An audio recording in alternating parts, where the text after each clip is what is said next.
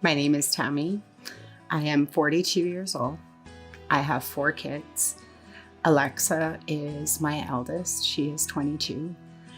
Ethan is next. He's 19. Riley is after Ethan, and he is 19 today. So happy birthday, Riley. And then we have Noah.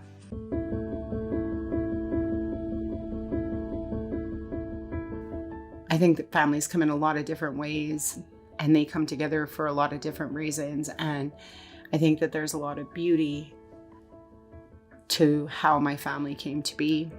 Alexa and Ethan were born to myself and my ex-husband, and we were married. We were young when we got married. I was only 19 when I met him, and married at 20 and had our first child at 20. And we were young. There was so much we didn't know, but there was a lot we did. And our parents, I think, did a great job at just kind of giving us a little bit of a foundation. So Alexa, as the eldest, is unbelievable. She is my heart, and she reminds me to always grow, to always heal. She teaches me definitely more than I've taught her. And she forces me outside of my comfort zone regularly. She forces me outside of my comfort zone, which I love. I think that's important in terms of my own growth and my own healing and my own journey, the life that I live, the way that I can watch her in all the things that she does that are so incredibly foreign to me. I'm having to learn, constantly having to learn with her. Ethan's amazing. He is my soul, my spirit. He keeps me grounded. He keeps me connected.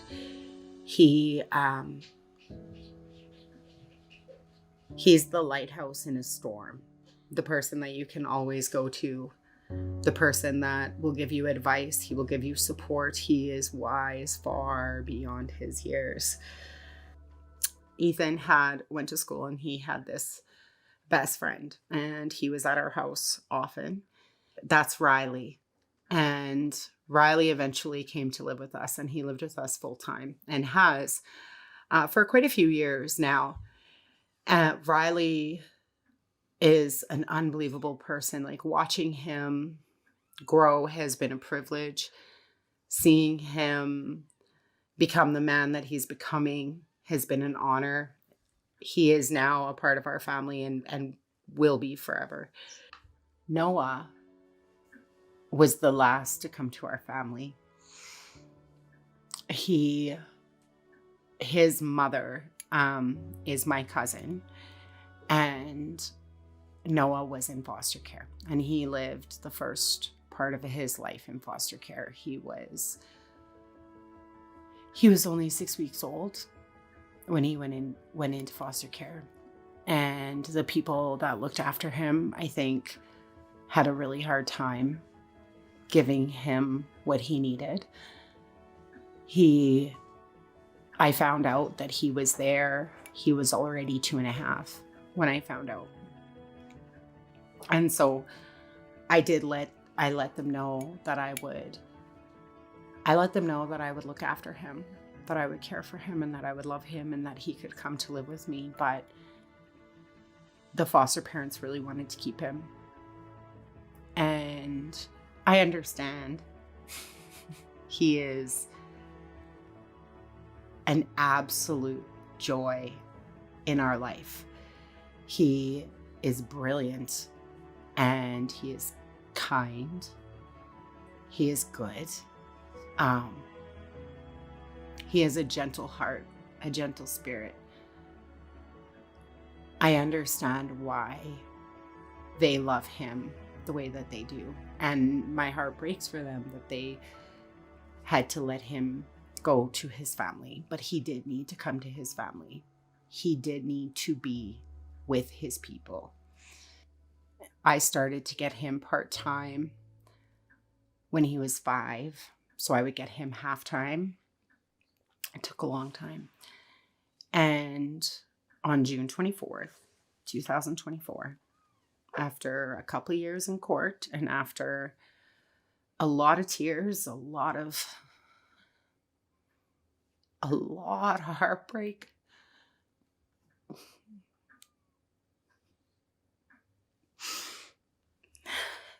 we got the guardianship. We won in court and he was able to come home. He was able to be with his family. My cookum saw him for the first time after guardianship, and she pulled him in close and she hugged him and she told him, I think about you all the time. I think about your mom and I think about your dad and I think about your siblings, and I'm so happy that you're back.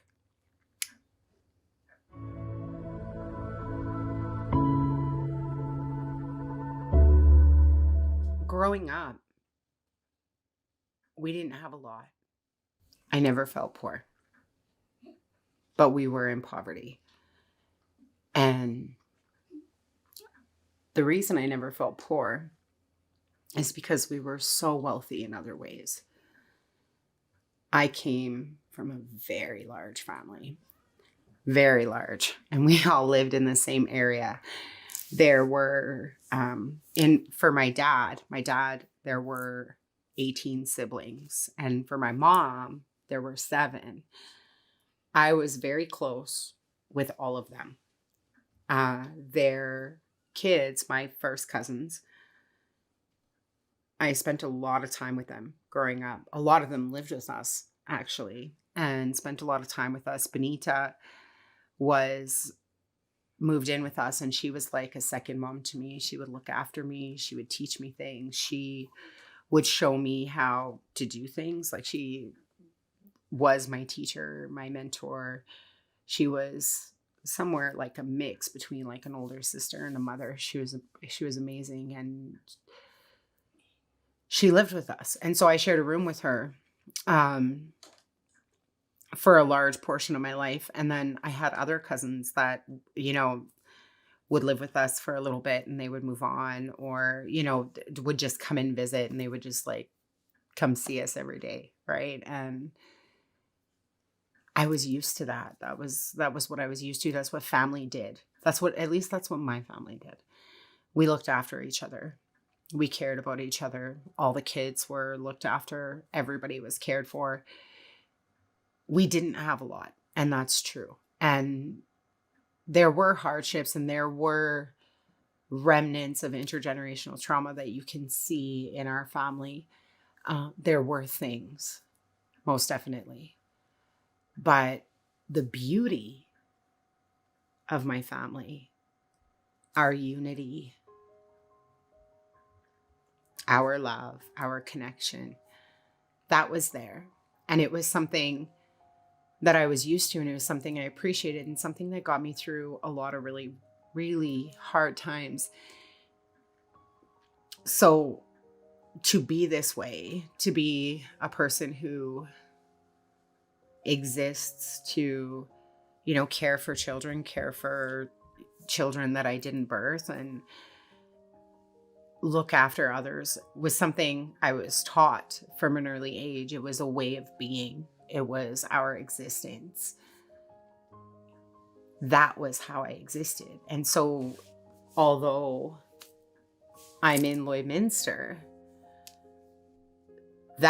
those past versions of self still exist within. And so I carried all of that with me when I came here. And so I'm still like this here.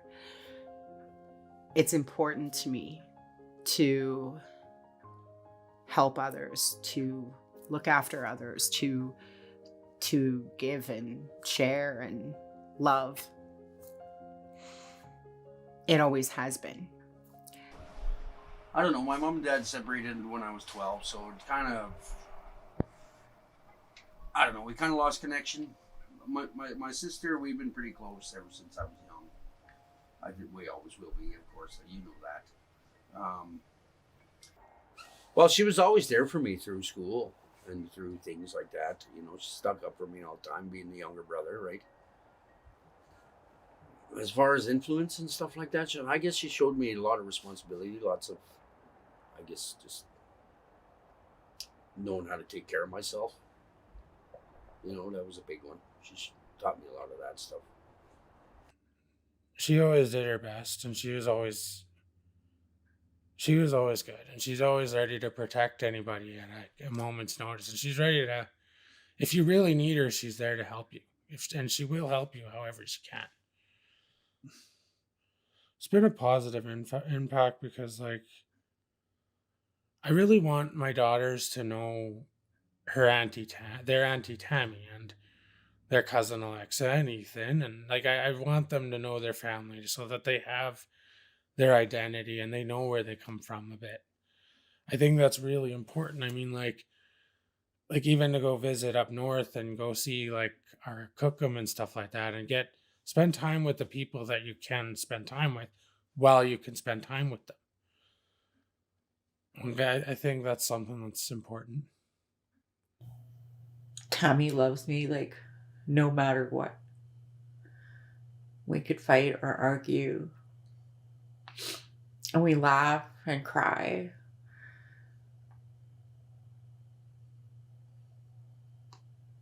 She just accepted me.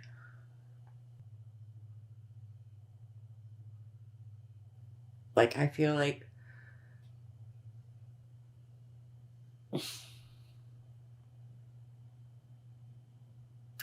100% can be myself around her.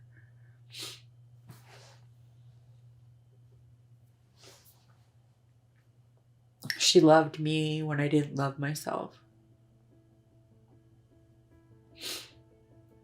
And I love her laugh. Tammy was like a little sister to me, right?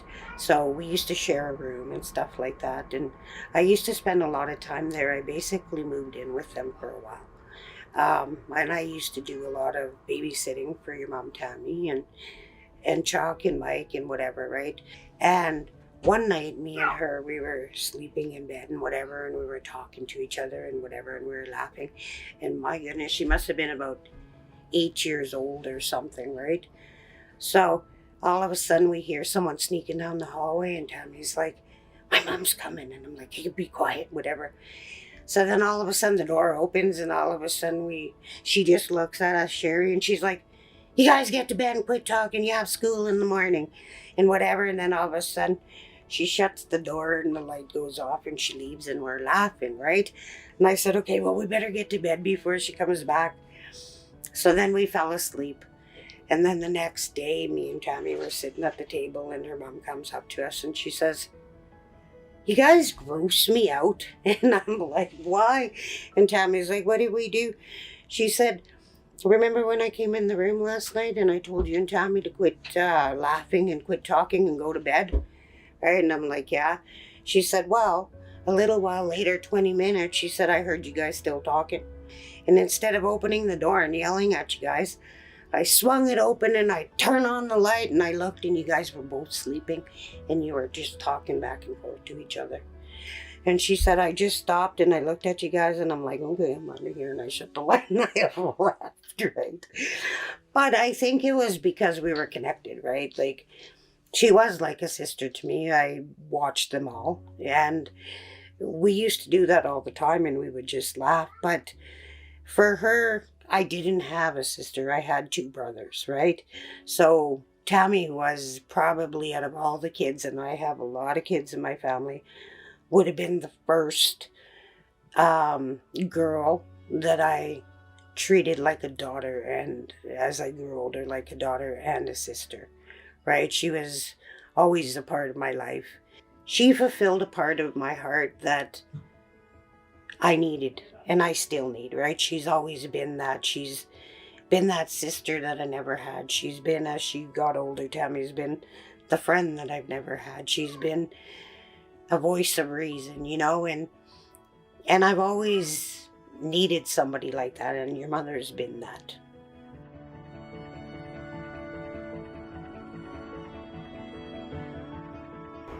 my practice, I practice as a clinical social worker Yeah. is what I do.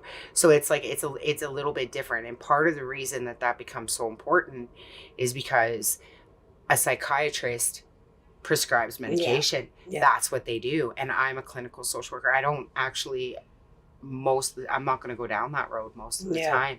And most of what I do is going to be, let's look at this in this way and let's build And tools that's because of your that way. experience, right? Exactly. Yeah, that's And it what was I one of trying the to get things at, where yeah. it was like, as an Indigenous person, having another Indigenous person to help support me and help me through my own healing process was so important. Yeah. So important. So then we look at the suffering of like all of these people. And when I started my practice, I was the only First Nations therapist in the region. Yeah, I believe The it. Yeah. only, I which is believe it. wild. But then I take my practice and I'm like, I can't be the only one. That's not good enough. So I start taking in practicum students and I start teaching them Yeah. this stuff. So I take the practicum student, How I many do teach you them get? stuff. I've only done this process with Okay, two. Yeah. So I've done it with two different practitioners, but what's cool is that there's so many more now because Yeah. all I had to do was get it started. Oh. So I bring in a First Nations practitioner. We do their practicum. They learn these things. I help them to grow I help them to develop a business, develop a private practice. And then I get them, learning and doing some of these things. And then they go off into their practice. They do the same And thing. branch And out. then That's it just good. kind of goes and goes Yeah. and goes, right? So Starting a cycle. yeah, exactly. And of Indigenous women and men Yeah. helping other Indigenous people to Yeah. heal in a way that works for us, Yeah. and people who can hold that space. Because that's another thing that we come across is that it's like, as an Indigenous person, I've gone to therapy with a non-Indigenous person and supported them so that they could handle hearing my story, Yeah. you know, And which is helped fair. them, Yeah. reined myself in so that I didn't share this, and this because they were already clearly upset. Yeah. That's where we talk about like Indigenous people need Indigenous people. Yeah. And so that we can help and support and provide that space for one another.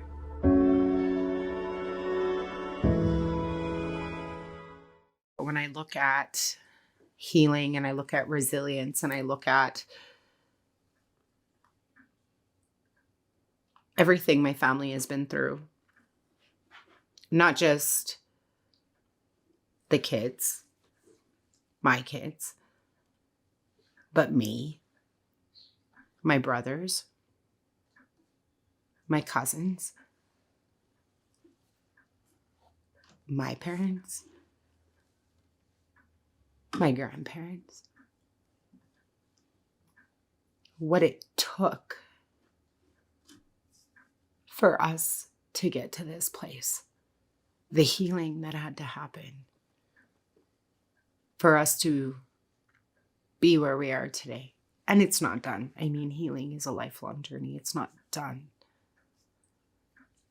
But how beautiful and remarkable is it that we did what we have done and how far we've come. You can see it through the generations.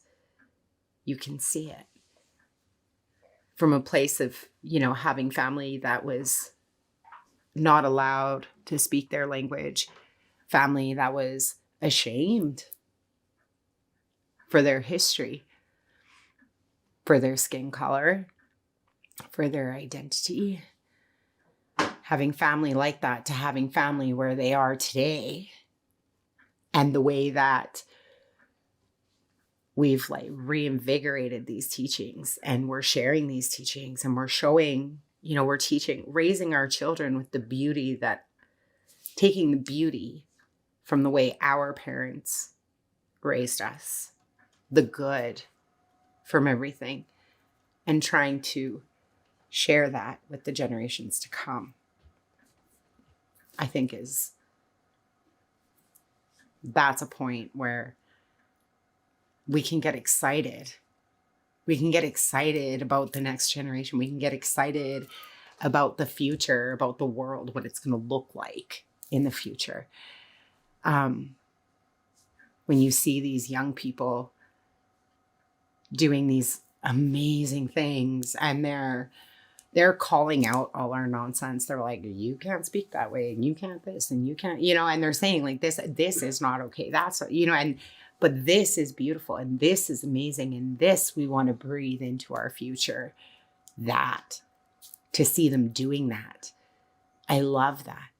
I love it. And I think, how do you not get excited about what the future is going to hold when you have these kinds of people building it? Because when you pull together all the beauty and the amazing things that the generations before us came, and you add all the beautiful things that the up and coming generations bring, they are not building from nothing. They have a starting point because you've given them that. This was something that we've talked about a lot as a family. I've talked about it with my parents. I've talked about it with grandparents.